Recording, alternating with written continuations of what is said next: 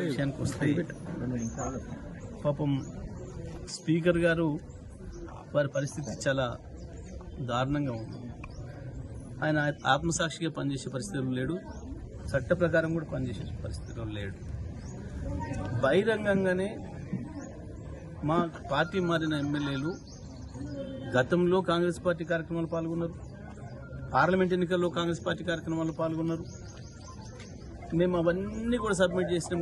Congress party సమావేశాలలో పాల్గొన్నారు, హైదరాబాద్లో జరిగిన ఏఐసిసి సభలలో పాల్గొన్నారు. అన్నీ కూడా కాంగ్రెస్ జెండా వేసుకొని తిరుగుతున్నారు. అన్నీ సబ్మిట్ చేసిన దానికి కూడా స్పీకర్ గారికి కనపడలేదట. వాళ్ళు చాలా వికార్సైన చాలా బుద్ధి కలిగిన బీఆర్ఎస్ పార్టీ ఎమ్మెల్యేలుగానే తిరుగుతున్నారట, కేసీఆర్ శిష్యులుగా తిరుగుతున్నారట. మరి నిన్నివాళ గత వారం రోజులుగా ప్రతిరోజు మీడియాలో వస్తుంది, కనబడుతుంది. గద్వాల ఎమ్మెల్యే స్పష్టంగా కాంగ్రెస్ ర్యాలీలో పాల్గొని కాంగ్రెస్ అభ్యర్థులకు గెలిపించుకోవాలి మనం అని చెప్పి, జగిత్యాలనైతే స్పష్టంగా జీవన్ రెడ్డి గారు బహిరంగంగానే స్టేట్మెంట్ ఇచ్చిండు. మా 30 సీట్లు కాంగ్రెస్ పార్టీ సీట్ ఎట్లు ఇస్తావు నువ్వు, నేను ఎట్టి పరిస్థితుల్లో ఒప్పుకోను, 50 సీట్లు నాకు కావాలని ఆయన సంజయ్, డాక్టర్ సంజయ్ ఎమ్మెల్యే ఇంత స్పష్టంగా కనబడుతుంది. అయినా సరే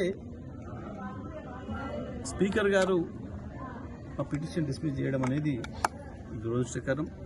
వీళ్ళకి ఏమాత్రం చట్టం అంటే గౌరవం లేదు, న్యాయం అంటే గౌరవం లేదు. తప్పకుండా మేము కోర్టులో తేల్చుకుంటాం.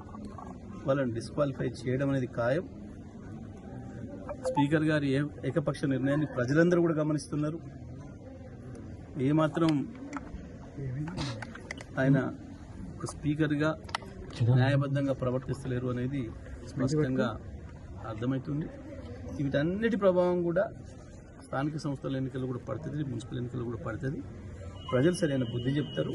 కోర్టు ద్వారానైనా మేము వాళ్ళని డిస్క్వాలిఫై చేయిస్తాం, వాళ్ళని ఓడగొట్టి తీరుతాం.